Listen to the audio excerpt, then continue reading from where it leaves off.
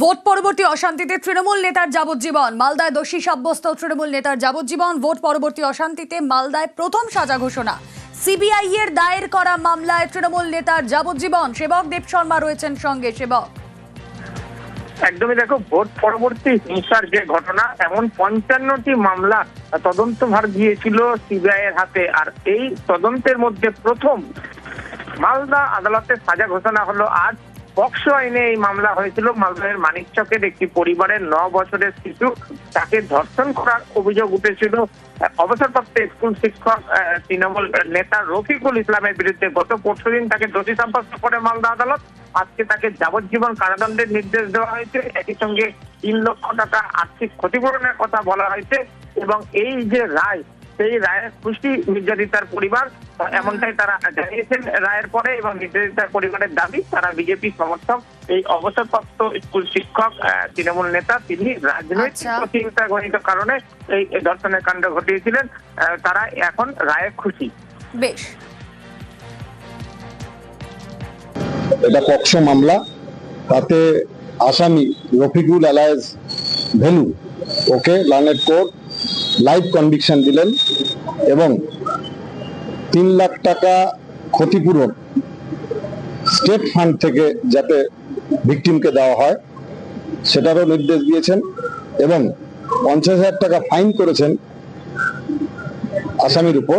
50,000 টাকা যদি না দিতে পারে অনাদায়ে আরো 6 মাস জেলের রায় উনি দিয়েছেন।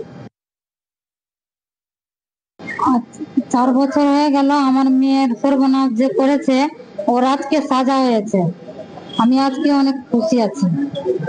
কি সাজা শুনলেন? যাবজ্জীবন? যাবজ্জীবনের জন্য সাজা হয়েছে। খুশি আপনি? হ্যাঁ। বৈদ্যবাটিতে দম্পতি খুনে ধৃত 2। হাওড়ার চামড়াইল ও দক্ষিণ 24 পরগনার মহেশতলা থেকে ধৃতরা অর্জুন পাসওয়ান ও শেখ নাসির উদ্দিন। গতকাল ভাড়া বাড়ি থেকে দম্পতির রক্তাক্ত দেহ উদ্ধার। নিহত অপর্ণার বোনের সঙ্গে সম্পর্ক অর্জুনের। ঘটনার 1 সপ্তাহ আগে নিজের বাড়িতে বোনকে আনেন অপর্ণার। ঘটনার 3 দিন আগে অপর্ণার বোনকে নিতে আসেন অর্জুন। সেদিনই অর্জুনকে মারধর অপর্ণার। আর তারপর কথা বলবো, রানা প্রতিনিধি রয়েছেন আমাদের সঙ্গে। রানা। হ্যাঁ রুমেলা, দেখো, গতকাল বৈদ্যবাটিতে যে যুগলের রহস্যজনক মৃতদেহ উদ্ধার ঘিরে যে পুলিশ তদন্ত নেমেছিল, সেখানে পুলিশ 2জনকে গ্রেপ্তার করেছে। একজন হচ্ছে অর্জুন পাসওয়ান ও শেখ নাসির উদ্দিন।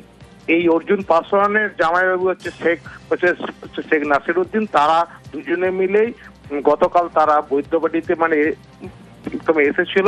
ঠিক ভোর রাতে এরা 2জন বাড়িতে ঢুকে তারা এলোপাতারি ছুরি দিয়ে তাদের খুন করে তারা গঙ্গা সাঁতরে পালিয়ে যায় বলে পুলিশ যেটা জানিয়েছে।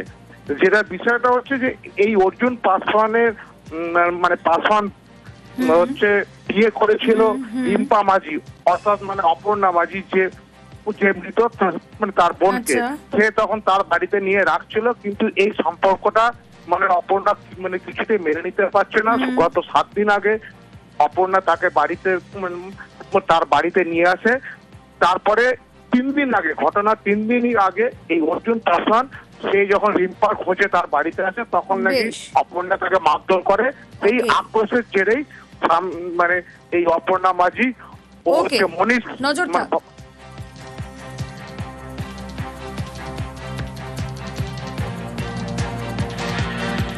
টাকিতে ইছামতি নদী দখল করে হোটেল, একটা নয় একাধিক বেআইনি নির্মাণের অভিযোগে সরব স্থানীয়রা। মানতে নারাজ হোটেল মালিক কর্তৃপক্ষ।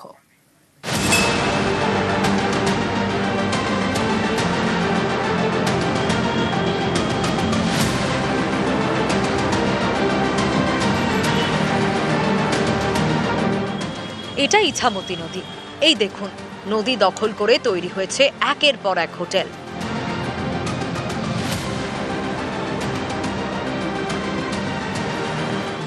জোয়ারের জল আছড়ে পড়ে হোটেলের দেওয়ালে।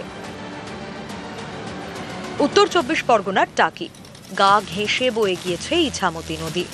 অনেক পর্যটকের পছন্দের ডেস্টিনেশন। এমন একটি জায়গায় নদী দখল করে তৈরি হয়েছে একের পর এক হোটেল। অভিযোগ, এই হোটেল তৈরির জন্য কোনো নিয়ম মানা হয়নি, নদী থেকে নির্দিষ্ট দূরত্ব রাখা হয়নি। এর বিরুদ্ধে সরব স্থানীয়রা। প্রশাসনের বিভিন্ন দপ্তরে অভিযোগও জানানো হয়েছে। তাদের আশঙ্কা, এভাবে নদীর পাড় ঘেঁষে হোটেল তৈরি হওয়ায় যখন তখন বিপদ হতে পারে। এ নিয়ে কলকাতা হাইকোর্টের দ্বারস্থ হয়েছেন এক আইনজীবী। এইভাবে হোটেলগুলোকে খুব বিপজ্জনক অবস্থায় কনস্ট্রাকশন করে একটা পর্যটকদের টানবার যে একটা উদ্দেশ্য, কিন্তু প্রফেশনাল কারণের উদ্দেশ্যের জন্য কত পর্যটকের যে প্রাণহানির সম্ভাবনা হতে পারে, এটাকে সম্পূর্ণরূপে তুচ্ছ করে আজকে যে পরিস্থিতি তৈরি হয়েছে, এটা আমার মনে হয়েছে একটা মহামান্য আদালতের কাছে তুলে ধরাটা খুব দরকার। শুধু অবৈধ নয়, ওর পাশাপাশি আরও 2-3টে গেস্ট হাউস আছে, এ সবই নদীর ভেতরে এবং এগুলো আইনত নিষিদ্ধ হওয়া উচিত। কিন্তু পাশাপাশি নদীকে যেভাবে এরা আটকে ফেলেছে, তাতে আগামী দিনে যদি বড় বিপর্যয় ঘটে তার জন্য দায়ী থাকবে এই গেস্ট হাউসগুলো। নোটিশটা হয়েছে, নোটিশটা আমার কাছে আসেনি। হ্যাঁ, বেশ কিছু আনঅথরাইজ সম্ভবত আছে, যেগুলো আমরা কর্তৃপক্ষের দৃষ্টিগোচর আমার এন্ড থেকে আমরা করেছি। এখন তো এগুলো অনেক আগের, কোনো ইলিগাল কনস্ট্রাকশন আমরা লিখিতভাবে কাউকে আমরা দিই। সিটি গেস্ট হাউসে আমার জমি বাস্তু, পৌরসভার পারমিশন, বিল্ডিং প্ল্যান সব কিছু নিয়েই করা হয়েছে। যেহেতু আমি রাজনীতি করি, এটা বিরোধীদের চক্রান্ত। যাদের কাছে চিঠি পাঠিয়েছে, আমার কাছে নোটিশ আমি পেয়েছি। প্রশাসন আমাকে ডাকলে আমি নিশ্চয়ই তার নথিপত্র দেখাবো। বৃহস্পতিবার সকাল থেকে ইছামতি দখল করে হোটেল নির্মাণের খবর দেখায় নিউজ 18 বাংলা। এরপরেই পদক্ষেপ। আধিকারিকদের থেকে রিপোর্ট তলব করেন সেচমন্ত্রী মানস ভূঁইয়া। টাকি থেকে অনুপম সাহা, নিউজ 18 বাংলা। ভোট পরবর্তী অশান্তিতে তৃণমূল নেতার যাবজ্জীবন। মালদায় দোষী সাব্যস্ত তৃণমূল নেতার যাবজ্জীবন। ভোট পরবর্তী অশান্তিতে মালদায় প্রথম সাজা ঘোষণা। সিবিআই এর দায়ের করা মামলায় তৃণমূল নেতার যাবজ্জীবন। সেবক দেব শর্মা রয়েছেন সঙ্গে। সেবক, একদমই দেখো, ভোট পরবর্তী হিংসার যে ঘটনা, এমন 55টি মামলা তদন্তভার গিয়েছিল সিবিআই এর হাতে। আর এই তদন্তের মধ্যে প্রথম মালদা আদালতে সাজা ঘোষণা হলো আজ। পক্সো আইনে এই মামলা হয়েছিল। মালদার মানিকচকের একটি পরিবারের 9 বছরের শিশু, তাকে ধর্ষণ করার অভিযোগ উঠেছিল অবসরপ্রাপ্ত স্কুল শিক্ষক তৃণমূল নেতা রফিকুল ইসলামের বিরুদ্ধে। গত পরশুদিন তাকে দোষী সাব্যস্ত করে মালদা আদালত। আজকে তাকে যাবজ্জীবন কারাদণ্ডের নির্দেশ দেওয়া হয়েছে। একই সঙ্গে 3 লক্ষ টাকা আর্থিক ক্ষতিপূরণের কথা বলা হয়েছে। এবং এই যে রায়, সেই রায়ের খুশি নির্যাতিতার পরিবার, এমনটাই তারা জানিয়েছেন রায়ের পরে। এবং নির্যাতিতার পরিবারের দাবি, তারা বিজেপি সমর্থক।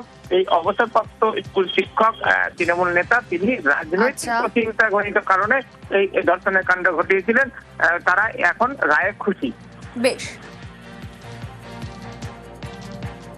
এটা পক্সো মামলা। তাতে আসামি রফিকুল এলায়েজ ভেলু, ওকে লার্নেড কোর্ট লাইভ কনভিকশন দিলেন এবং 3 লাখ টাকা ক্ষতিপূরণ স্টেট ফান্ড থেকে যাতে ভিকটিমকে দেওয়া হয় সেটারও নির্দেশ দিয়েছেন এবং 50,000 টাকা ফাইন করেছেন আসামির উপর। 50,000 টাকা যদি না দিতে পারে, অনাদায়ে আরো 6 মাস জেলের রায় উনি দিয়েছেন। 4 বছর হয়ে গেল আমার মেয়ের সর্বনাশ যে করেছে, ওর আজকে সাজা হয়েছে।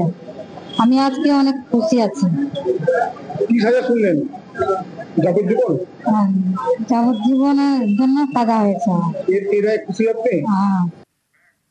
বৈদ্যবাটিতে দম্পতি খুনে ধৃত 2। হাওড়ার চামড়াইল ও দক্ষিণ 24 পরগনার মহেশতলা থেকে ধৃতরা অর্জুন পাসওয়ান ও শেখ নাসির উদ্দিন। গতকাল ভাড়া বাড়ি থেকে দম্পতির রক্তাক্ত দেহ উদ্ধার। নিহত অপর্ণার বোনের সঙ্গে সম্পর্ক অর্জুনের। ঘটনার 1 সপ্তাহ আগে নিজের বাড়িতে বোনকে আনেন অপর্ণার। ঘটনার 3 দিন আগে অপর্ণার বোনকে নিতে আসেন অর্জুন। সেদিনই অর্জুনকে মারধর অপর্ণার। আর তারপর কথা বলবো, রানা প্রতিনিধি রয়েছেন আমাদের সঙ্গে। রানা। হ্যাঁ রুমেলা, দেখো, গতকাল বৈদ্যবাটিতে যে যুগলের রহস্যজনক মৃতদেহ উদ্ধার ঘিরে যে পুলিশ তদন্ত নেমেছিল, সেখানে পুলিশ 2জনকে গ্রেপ্তার করেছে। একজন হচ্ছে অর্জুন পাসওয়ান ও শেখ নাসির উদ্দিন। এই অর্জুন পাসওয়ানের জামাইবাবু হচ্ছে শেখ নাসির উদ্দিন। তারা 2জনে মিলেই গতকাল তারা বৈদ্যবাটিতে প্রথমে এসেছিল। ঠিক ভোর রাতে এরা 2জন বাড়িতে ঢুকে তারা এলোপাতারি ছুরি দিয়ে তাদের খুন করে তারা গঙ্গা সাঁতরে মানে পালিয়ে যায় বলে পুলিশ যেটা জানিয়েছে। যেটা বিষয়টা হচ্ছে যে এই অর্জুন পাসওয়ানের মানে পাসওয়ান হচ্ছে বিয়ে করেছিল রিম্পা মাঝি, অর্থাৎ মানে অপর্ণা মাঝি যে মৃত মানে তার বোনকে। সে তখন তার বাড়িতে নিয়ে রাখছিল, কিন্তু এই সম্পর্কটা মানে অপর্ণা মানে কিছুতেই মেনে নিতে পারছে না। গত 7 দিন আগে অপর্ণা তাকে বাড়িতে তার বাড়িতে নিয়ে আসে। তারপরে 3 দিন আগে, ঘটনা 3 দিনই আগে এই অর্জুন পাসওয়ান সে যখন রিম্পার খোঁজে তার বাড়িতে আসে, তখন নাকি অপর্ণা তাকে মারধর করে। সেই আক্রোশের জেরেই মানে এই অপর্ণা মাঝি ও হচ্ছে মনীষ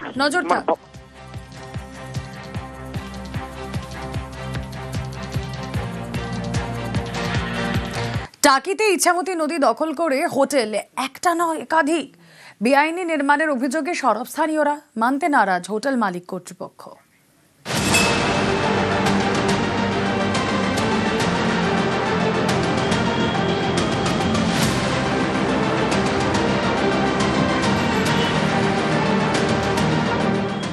এটা ইছামতি নদী।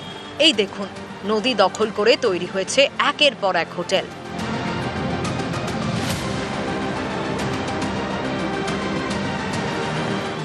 জোয়ারের জল আছড়ে পড়ে হোটেলের দেওয়ালে। উত্তর 24 পরগনার টাকি, গা ঘেঁষে বয়ে গিয়েছে ইছামতি নদী। অনেক পর্যটকের পছন্দের ডেস্টিনেশন। এমন একটি জায়গায় নদী দখল করে তৈরি হয়েছে একের পর এক হোটেল। অভিযোগ, এই হোটেল তৈরির জন্য কোনো নিয়ম মানা হয়নি, নদী থেকে নির্দিষ্ট দূরত্ব রাখা হয়নি।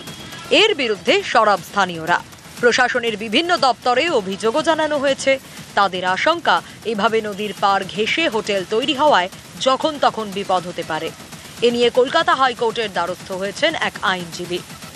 এইভাবে হোটেলগুলোকে খুব বিপজ্জনক অবস্থায় কনস্ট্রাকশন করে একটা পর্যটকদের টানবার যে একটা উদ্দেশ্য, কিন্তু প্রফেশনাল কারণের উদ্দেশ্যের জন্য কত পর্যটকের যে প্রাণহানির সম্ভাবনা হতে পারে, এটাকে সম্পূর্ণরূপে তুচ্ছ করে আজকে যে পরিস্থিতি তৈরি হয়েছে, এটা আমার মনে হয়েছে একটা মহামান্য আদালতের কাছে তুলে ধরাটা খুব দরকার। শুধু অবৈধ নয়, ওর পাশাপাশি আরও 2-3টে গেস্ট হাউস আছে। এ সবই নদীর ভেতরে এবং এগুলো আইনত নিষিদ্ধ হওয়া উচিত। কিন্তু পাশাপাশি নদীকে যেভাবে এরা আটকে ফেলেছে, তাতে আগামী দিনে যদি বড় বিপর্যয় ঘটে, তার জন্য দায়ী থাকবে এই গেস্ট হাউসগুলো। নোটিশটা হয়েছে, নোটিশটা আমার কাছে আসেনি। হ্যাঁ, বেশ কিছু আনঅথরাইজ সম্ভবত আছে, যেগুলো আমরা কর্তৃপক্ষের দৃষ্টিগোচর আমাদের আমার এন্ড থেকে আমরা করেছি। এখন তো এগুলো অনেক আগে, কোনো ইলিগাল কনস্ট্রাকশন আমরা লিখিতভাবে কাউকে আমরা দিই। সিটি গেস্ট হাউসে আমার জমি বাস্তু, পৌরসভার পারমিশন, বিল্ডিং প্ল্যান সব কিছু নিয়েই করা হয়েছে। যেহেতু আমি রাজনীতি করি, এটা বিরোধীদের চক্রান্ত। যাদের কাছে চিঠি পাঠিয়েছে, আমার কাছে নোটিশ আমি পেয়েছি। প্রশাসন আমাকে ডাকলে আমি নিশ্চয়ই তার নথিপত্র দেখাবো। বৃহস্পতিবার সকাল থেকে ইছামতি দখল করে হোটেল নির্মাণের খবর দেখায় নিউজ 18 বাংলা। এরপরেই পদক্ষেপ। আধিকারিকদের থেকে রিপোর্ট তলব করেন সেচমন্ত্রী মানস ভূঁইয়া। টাকি থেকে অনুপম সাহা, নিউজ 18 বাংলা।